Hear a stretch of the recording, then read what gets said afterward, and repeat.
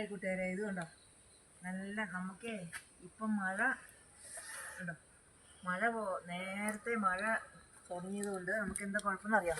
കശുവണ്ടി എല്ലാം പെറുക്കി തീർക്കാൻ പറ്റിയില്ല. അപ്പോൾ ഈ മഴയെല്ലാം പെയ്ത് തുടങ്ങിയപ്പോൾ എല്ലാം മുളച്ചു. ഇതുകൊണ്ടോ മുളച്ച് കിടക്കുന്നുണ്ടോ. ഇതെല്ലാം മുളച്ച് കൊണ്ടുപോയിട്ട് നമുക്ക് കറി വെക്കാൻ നല്ല വറുത്തരച്ച് കറി വെച്ചാൽ ഇറച്ചിക്കറി മാറി നിൽക്കും. അത്രയ്ക്കും ടേസ്റ്റ് ആയിരിക്കും കേട്ടോ. ഇതുണ്ടോ ഇങ്ങനെ ഇതിനകത്ത് ഇങ്ങനെ പൊട്ടിച്ചിങ്ങനെ എടുക്കണം. ഇത് കാണിച്ചു തരാം. ഇതുണ്ടോ സൂപ്പർ ഇതുപോലത്തെ കറി. എന്നിട്ട് ഇതിനകത്ത് നല്ലോണം വറുത്തരച്ച് കറി വെച്ചാലുണ്ടല്ലോ നല്ല കറിയായിരിക്കും. നിങ്ങൾ കൂട്ടിയിട്ടുണ്ടോ? കശുവണ്ടി നേരത്തെ മഴ തുടങ്ങിയത് കൊണ്ടാണ് ഇങ്ങനെ സംഭവിച്ചത്.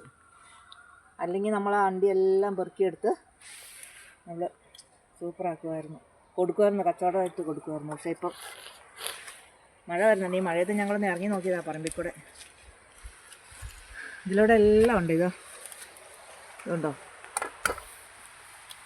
ഇത് മുളച്ച് കിടക്കുന്ന അണ്ടിയാണേ. ഇതാ ഇതിനകത്ത് നിന്ന് ഇതിങ്ങനെ എടുക്കുക. ഒരു കത്തി എടുത്തില്ല, കത്തി എടുക്കുന്ന കത്തിയും കൂടെ ഇതുണ്ട്. ഇതൊക്കെ